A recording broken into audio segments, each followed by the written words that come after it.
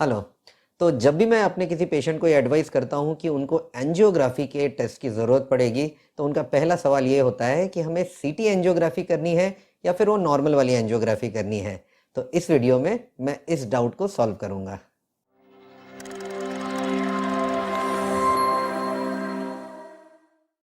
तो सबसे पहले हम ये जानेंगे कि इन दोनों एंजियोग्राफी में क्या डिफरेंस है।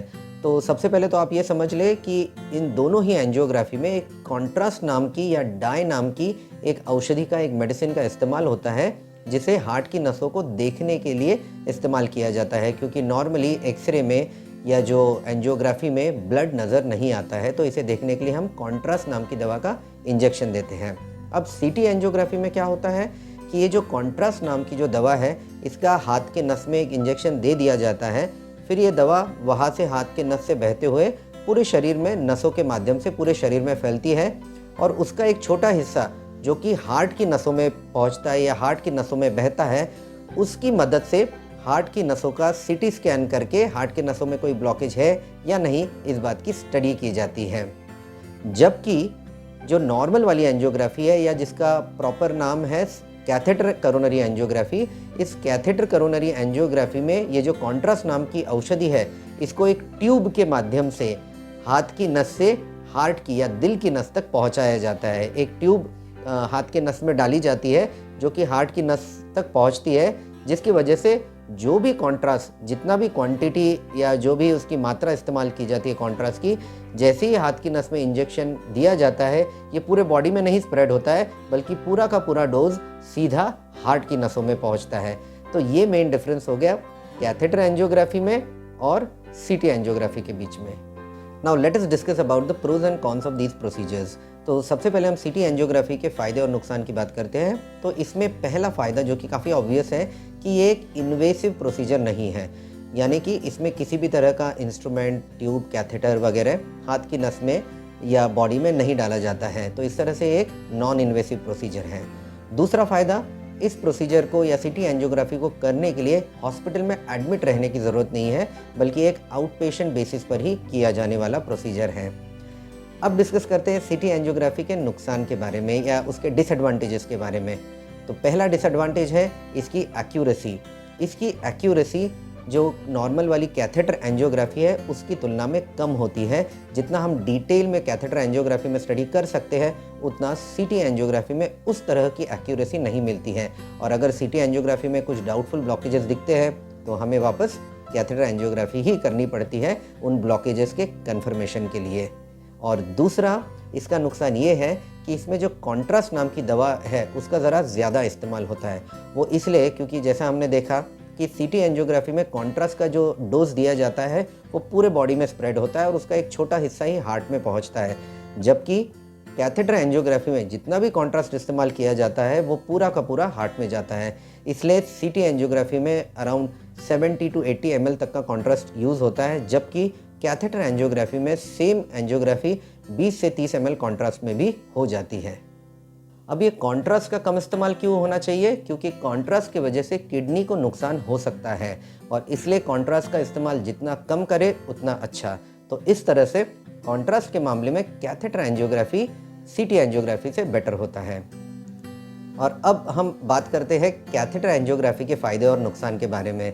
तो जैसा कि हम सीटी एंजियोग्राफी में ऑलरेडी डिस्कस कर चुके हैं, तो सीटी एंजियोग्राफी के जो भी नुकसान है वो कैथेटर एंजियोग्राफी के फ़ायदे हैं। यानी कि कैथेटर एंजियोग्राफी की एक्यूरेसी ज़्यादा होती है और इसमें कॉन्ट्रास्ट का इस्तेमाल कम होता है। और उसी तरह से सीटी एंजियोग्राफी के जो फ़ायदे हैं वो कैथेटर एंजियोग्राफी में नुकसान है। यानी कि सीटी एंजियोग्राफी एक नॉन इन्वेसिव प्रोसीजर है, जबकि कैथेटर एंजियोग्राफी एक इन्वेसिव प्रोसीजर हो जाता है। और कैथेटर एंजियोग्राफी में पेशेंट को हॉस्पिटल में एडमिट करने की ज़रूरत पड़ती है, जबकि सीटी एंजियोग्राफी में पेशेंट को हॉस्पिटल एडमिट करने की बिल्कुल ज़रूरत नहीं पड़ती है। तो अब आते हैं हमारे मेन मुद्दे पर कि catheter angiography versus CT angiography, इनमें से कौन सी टेस्ट ज़्यादा बेहतर है। तो सबसे पहले तो मैं बता दूं कि एक पर्टिकुलर इंसान के केस में कौन सी टेस्ट बेहतर होगी, ये तो उनके डॉक्टर या उनके कार्डियोलॉजिस्ट ही बता पाएंगे, क्योंकि उस पेशेंट की जो भी हिस्ट्री है, एग्जामिनेशन फाइंडिंग है, जो रिपोर्ट्स हैं, सब कुछ उनके डॉक्टर ने देखा है, तो उनके एक पर्टिकुलर इंसान के बारे में या एक पर्टिकुलर पेशेंट के बारे में जो डिसीजन है, ये उनके ट्रीटिंग डॉक्टर ही बेस्ट ले सकते हैं। और जो भी मैं आपको बताने जा रहा हूँ, वो जस्ट एक जनरल गाइडलाइंस है। तो सीटी एंजियोग्राफी कहाँ बेटर होता है? सीटी एंजियोग्राफी ऐसे सिचुएशन में बेटर होता है या ऐसे सिचुएशन में बेहतर होता है जहाँ पर हार्ट की नस में ब्लॉकेजेस होने की पॉसिबिलिटी ज़रा कम होती है। बहुत स्ट्रांगली पॉसिबल नहीं लगता है, लेकिन फिर भी किन्हीं कारणों से हमें ये जानना ज़रूरी होता है कि ब्लॉकेजेस है या नहीं, खासकर उन लोगों में जिनमें कि स्ट्रेस टेस्ट या ट्रेडमिल टेस्ट पॉजिटिव यानी कि एबनॉर्मल आई हुई हो। फॉर एग्जांपल, अगर कोई पेशेंट है जिसका कुछ ऑपरेशन होने वाला है और उसको हार्ट के एंगल से या कार्डियक फिटनेस जिसे बोलते हैं वो चाहिए, या किसी को जॉब के लिए कार्डियक फिटनेस चाहिए, या फिर कोई यंग मेल या फीमेल है जिनको कोई रिस्क फैक्टर नहीं है लेकिन एक वेग सा चेस्ट पेन होता है और वो चाहते हैं ये रूल आउट कर देना कि उनको कोई ब्लॉकेजेस हार्ट की नस में है या नहीं, तो ऐसी सारी सिचुएशन जहाँ पे पॉसिबिलिटी कम होती है कि ब्लॉकेजेस निकलेंगे, लेकिन फिर भी पेशेंट या डॉक्टर ये चाहते हैं कि ब्लॉकेजेस होने या नहीं होने का एक बार कंफर्मेशन हो जाए, तो ऐसे केस में हम यूजुअली सीटी एंजियोग्राफी करना प्रेफर करते हैं। उसी तरह कैथेटर एंजियोग्राफी हम ऐसे सिचुएशन में प्रेफर करते हैं जहाँ पर हार्ट की नस में ब्लॉकेजेस निकलेंगे, इसकी पॉसिबिलिटी काफ़ी ज़्यादा होती है। तो फॉर एग्जांपल, अगर किसी को कुछ इस तरह का चेस्ट पेन हो रहा है जो बहुत ही हार्ट का टिपिकल पेन होता है, जिसको अंजाइना पेन कहते हैं, अगर उस तरह का पेन हो रहा है, उनको हार्ट से रिलेटेड काफ़ी रिस्क फैक्टर है जैसे डायबिटीज़ हो गया, ब्लड प्रेशर हो गया, कोलेस्ट्रॉल डिरेंज होना हो गया, स्मोकिंग हो गया, ये सब रिस्क फैक्टर है, ओल्ड एज पेशेंट है, तो ऐसे केसेस में जहाँ पॉसिबिलिटी ज़्यादा लगती है कि ब्लॉकेजेस निकलेगा, ऐसे इसमें हम कैथेटर एंजियोग्राफी ही प्रेफर करते हैं।